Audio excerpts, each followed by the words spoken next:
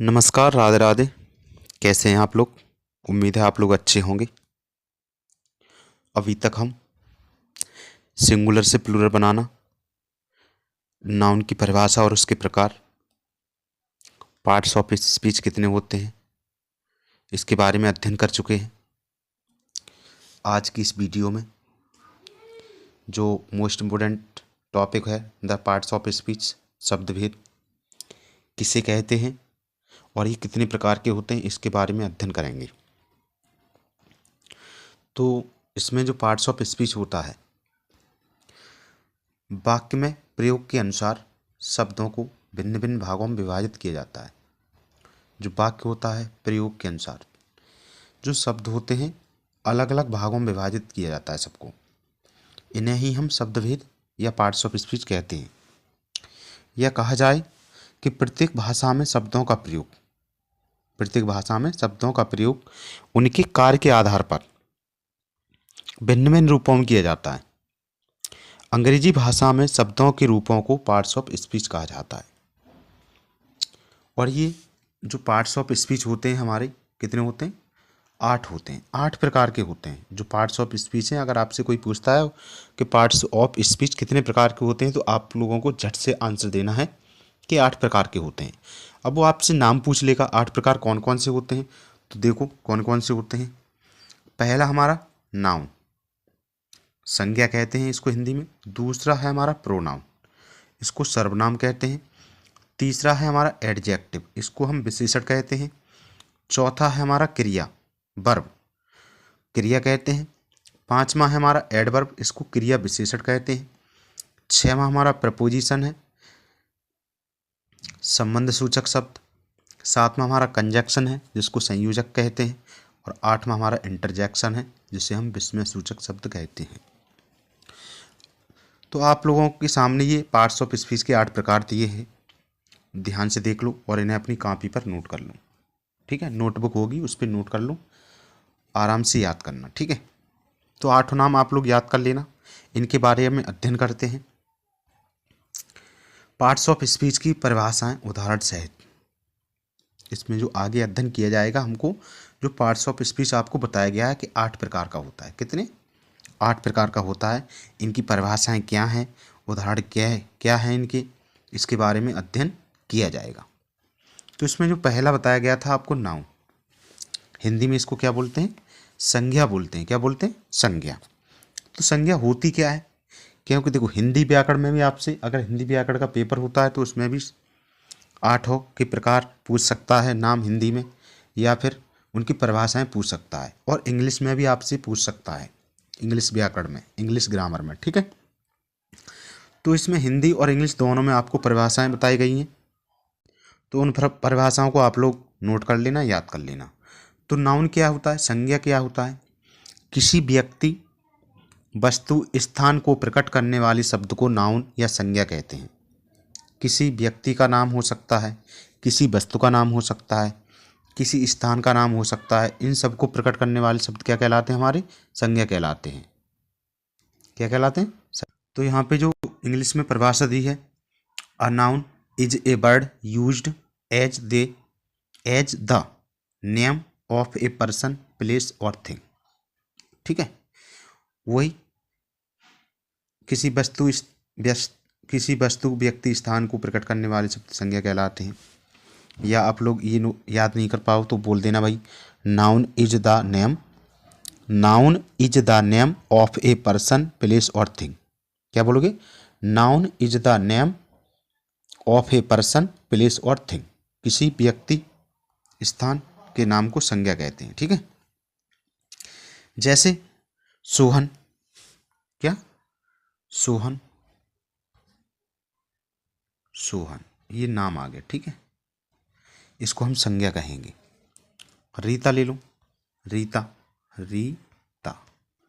ये क्या है? हमारा संज्ञा है। पेंसिल ले लो, क्या ले लो? पेंसिल, PENCIL,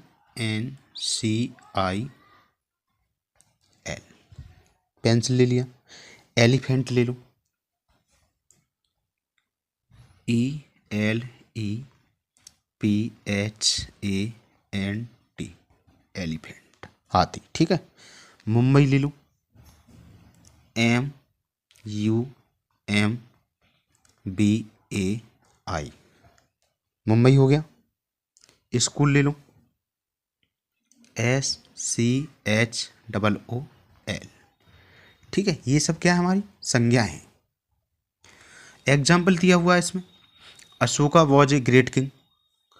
तो यहाँ पे जो अशोका है हमारा क्या है, नाउन है, नाम आया हुआ है। किंग राजा। ठीक है, Delhi is a big city. Delhi is a big city, Delhi कैसा शहर है, बड़ा शहर है। ठीक है, दिल्ली क्या है, स्थान का नाम। Gold is yellow, gold is yellow. सोना, गोल्ड इज येलो, सोना कैसा है, पीला होता है। ठीक है, तो गोल्ड क्या है, वस्तु।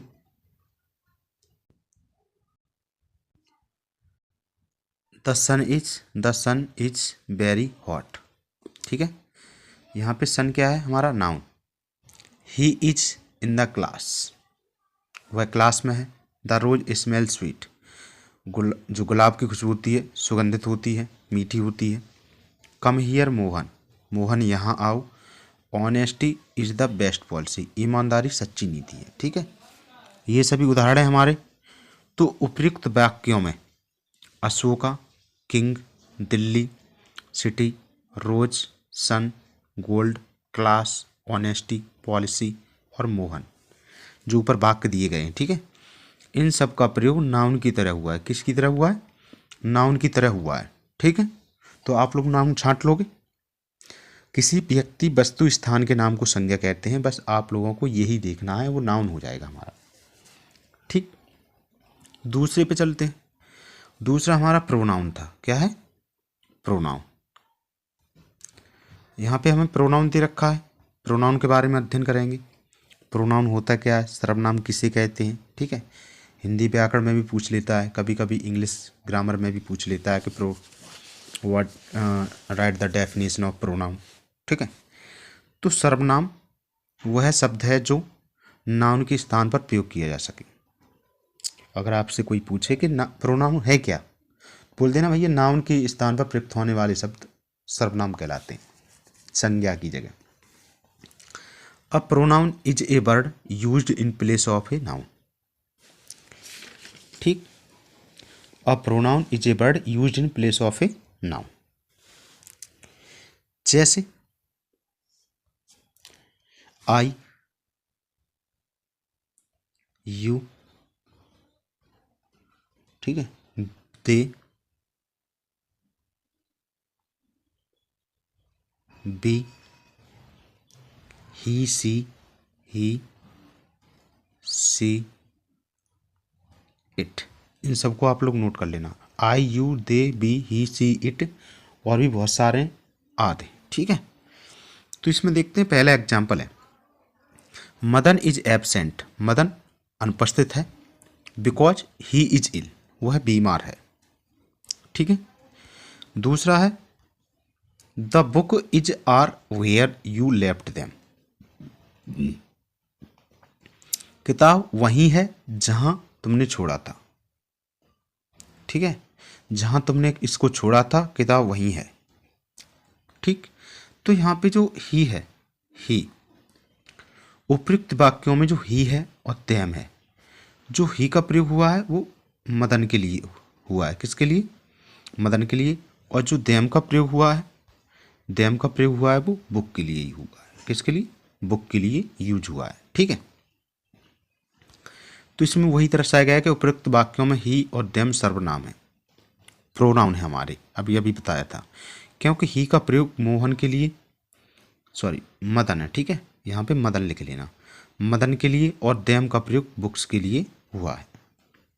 ठीक, ये प्रोनाउन है हमारा, आप लोग नोट कर लेना। तीसरा हमारा एडजेक्टिव है। क्या है, एडजेक्टिव, इसको विशेषण कहते हैं। तो विशेषण वह शब्द है जो नाउन के ज्ञान में कुछ वृद्धि करता है, अर्थात जो किसी संज्ञा की विशेषता को प्रकट करता है। ठीक है, किसी नाउन या प्रोनाउन की विशेषता प्रकट करने वाले शब्दों को हम एडजेक्टिव या विशेषण कहते हैं। An adjective is a word used to add something to the meaning of a noun. Noun के अर्थ में कुछ ऐड मतलब वृद्धि करता है, ठीक है। या फिर आप ऐसे भी कह सकते हैं, an adjective is a word which qualifies A noun और ए प्रोनाउन, ठीक है। क्या कह सकते हो, N adjective is a word, इतना तो सेम रहेगा, N adjective is a word, ठीक है। इसके आगे आपको क्या लिखना है, विच क्वालिफाइज, क्या लिखना है, विच क्वालिफाइज ए नाउन और प्रोनाउन, ए नाउन और ए प्रोनाउन,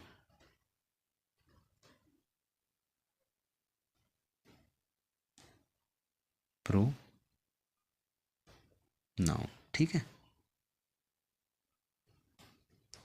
PRONOUN, ठीक है। N adjective is a word which qualifies A noun और प्रोनाउन, ठीक है। दोनों डेफिनेशन को इसी डेफिनेशन याद कर लेना, कोई प्रॉब्लम नहीं होगी। एडजेक्टिव होता क्या है, देखो यहाँ एग्जाम्पल दिया है, he is a brave boy.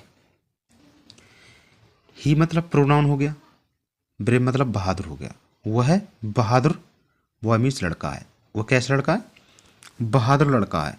तो यहाँ पे जो ब्रेव है क्या है, हमारा एडजेक्टिव है।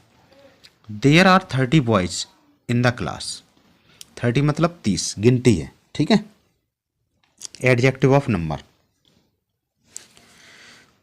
क्लास में कितने लड़के हैं, 30। तो यहाँ पे जो ब्रेव है 30 है, और दिस है, दिस क्या है, हमारा डेमोन्स्ट्रेटिव एडजेक्टिव है, संकेतवाचक, ठीक है।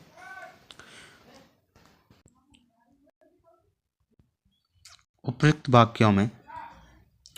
वाक्यों में ब्रेव 30 दिस विशेषण है, क्या है, विशेषण का कार्य कर रहे हैं। अगला हमारा आगे हमें दे रखा है वर्ब, क्या दे रखा है, verb.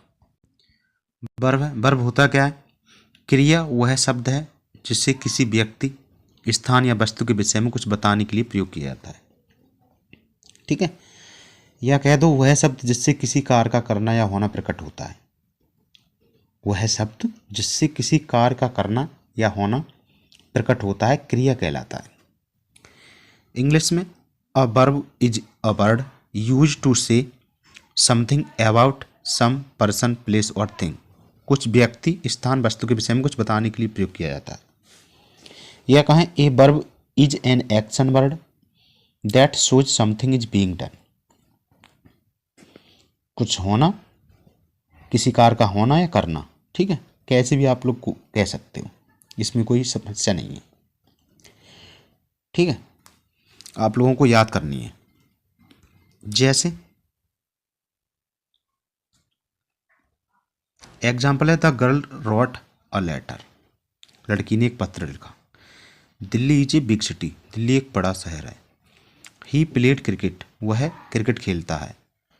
Iron and copper are useful metals, लोहा और कॉपर उपयोगी धातु हैं।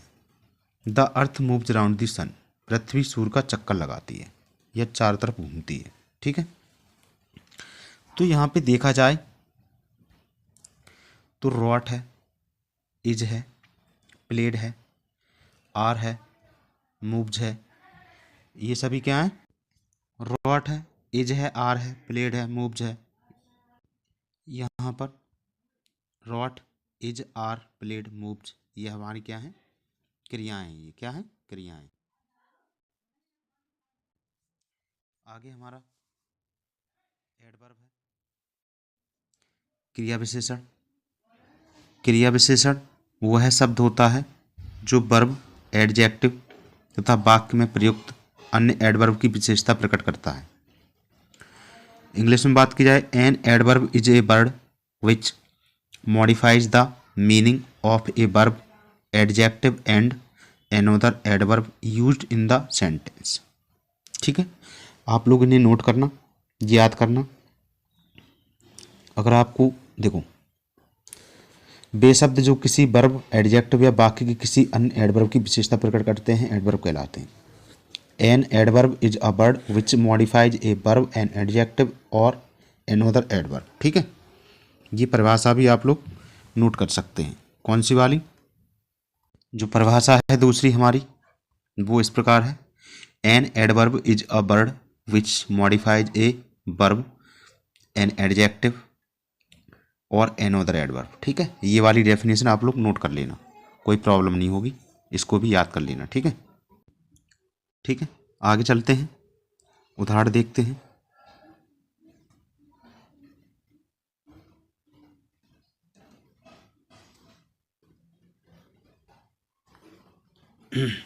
उदाहरण है, he worked hard, he worked the sum quickly, this flower is very beautiful, she spoke quite correctly. ठीक है, इसमें जो हमारा क्विकली है क्रिया वर्ब को मॉडिफाई कर रहा है। किसको कर रहा है? वर्ब मतलब कार को मॉडिफाई कर रहा है कि कार कैसे हो रहा है। क्विकली मतलब शीघ्र से हो रहा है, जल्दी से हो रहा है। दूसरा हमारा वाक्य है, दूसरा वाक्य है, this flower is very beautiful, she spoke quite correctly. ठीक है, तो दूसरे वाक्य में वेरी है, क्या है? वेरी है, क्या? वेरी। तो दूसरे वाक्य में वेरी विशेषण ब्यूटीफुल को मॉडिफाई कर रहा है। ठीक है, किसको? ब्यूटीफुल को मॉडिफाई कर रहा है, जो वेरी है हमारा विशेषण है। तीसरे वाक्य में क्वाइट दे रखा है, क्या दे रखा है? क्वाइट दे रखा है। ठीक है, तो क्वाइट है क्रिया विशेषण है, करेक्टली को मॉडिफाइज कर रहा है। ठीक है, मॉडिफाइज का क्या अर्थ होता है? मॉडिफाई का अर्थ है अर्थ में वृद्धि करना, अर्थात विशेषता प्रकट करना। अतः उपयुक्त वाक्यों में क्विकली है, वेरी है, क्वाइट है, ये सभी क्या है? एडवर्ब की तरह प्रयुक्त की हुए हैं। ठीक है, समझ में आ गया? नहीं समझ में आया वीडियो को दोबारा देखना। ठीक है, अगर आप भी चाहते हैं इंग्लिश ग्रामर को पढ़ना तो आप हमारे चैनल को सब्सक्राइब करें, लाइक करें और शेयर करना ना भूलें, अपने दोस्तों को शेयर करें। ठीक है, आपके जो फ्रेंड होंगे 4th 5th 6th 7th 8th class में पढ़ रहे होंगे उनको शेयर करें। ठीक है, तो वो भी ग्रामर को पढ़ सकते हैं। अगला हमको प्रपोजिशन दिया हुआ है। ठीक है, क्या दिया है? प्रपोजिशन। संबंध सूचक होता क्या है? संबंध सूचक शब्द प्रपोजिशन वह शब्द है जो किसी नाउन या प्रोनाउन, ये प्रोनाउन है। ठीक है, प्रोनाउन, आप लोग सही कर लेना इसे। ठीक है, गलत हो गया, प्रोनाउन कर लेना। क्या करना है? प्रोनाउन। ये जो किसी नाउन या प्रोनाउन के साथ प्रयोग में आकर उस नाउन या प्रोनाउन द्वारा सूचित व्यक्ति, स्थान या वस्तु का संबंध अन्य किसी नाउन या प्रोनाउन से प्रदर्शित करता है। ठीक है, जो शब्द वाक्य में किसी नाउन या प्रोनाउन से पहले आकर उनका संबंध वाक्य किसी अन्य नाउन या प्रोनाउन से प्रकट करता है, प्रपोजिशन कहलाता है। क्या कहलाता है? प्रपोजिशन कहलाता है।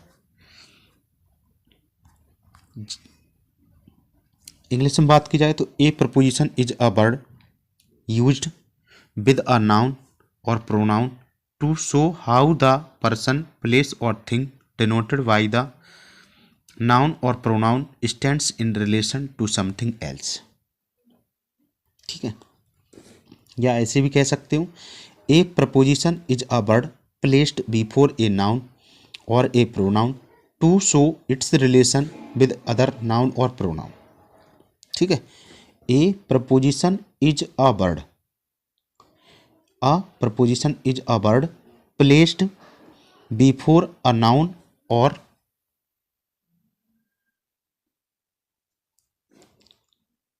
अ pronoun to show its relation with each noun और प्रोनाउन। ठीक है,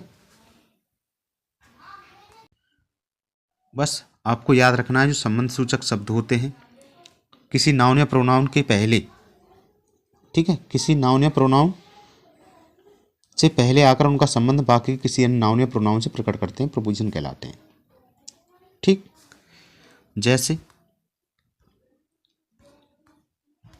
the girl is fond of songs, there is a parrot in the garden, a little boy sat under a tree.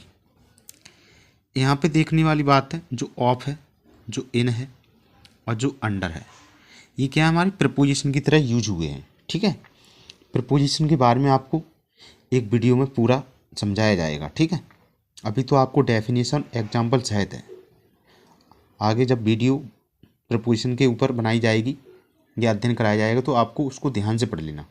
ठीक है, अगला हमारा संयोजक है।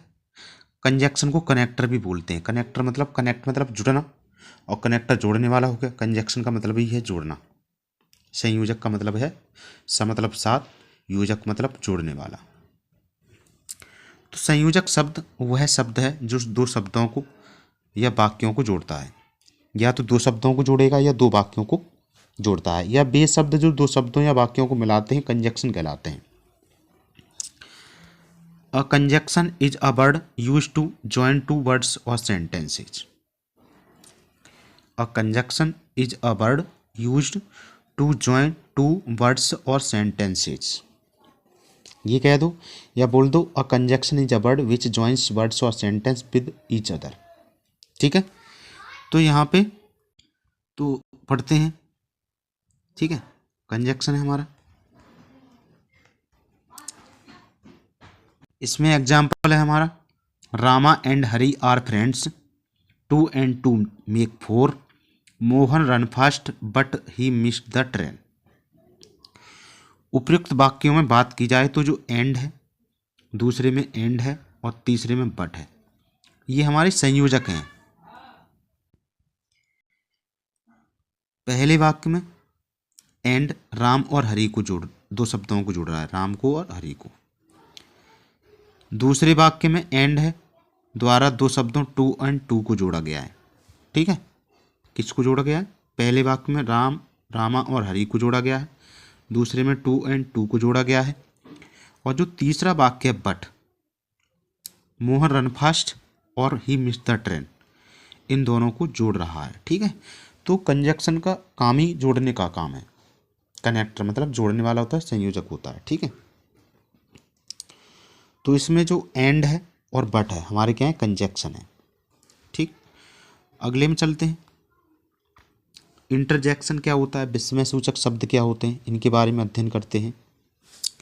विस्मय सूचक शब्द वह शब्द हैं जो अचानक हृदय से निकलने वाले उद्गारों को प्रकट करता है। An interjection is a word which express some sudden feelings, या हम ऐसे कह सकते हैं वह शब्द जो हर्ष, विषाद, आश्चर्य आदि हृदय की भावनाओं को प्रकट करता है, इंटरजेक्शन कहलाता है। An interjection is a word which shows some sudden feelings of the heart. ठीक है, हृदय की जो भावनाएं होती हैं, खुशी भी हो सकती है, दुख भी हो सकता है, आश्चर्य भी होता है, इसको प्रकट करना ही हमारा इंटरजेक्शन का काम है। किसका काम है? इंटरजेक्शन का काम है। उदाहरण देख लेते हैं। पहला है alas he is dead, alas दुख के लिए प्रकट हो रहा है यहाँ पे, वह मर गई। अगला है hurrah we have won the match, hurrah आहा, हुर्रा मतलब आहा हम मैच जीत गए, हैव दे गॉन अरे वो चले गए। ठीक है, how very cold the night is, कितनी ठंडी रात है। तो उपयुक्त वाक्यों में अलास, हुर्रा, आह, हाउ, ये सभी क्या है, हमारे इंटरजेक्शन है। क्या है? इंटरजेक्शन है। हम कहें वाओ इट इज सरप्राइजिंग, क्या कहें? Wow it is surprising, surprising.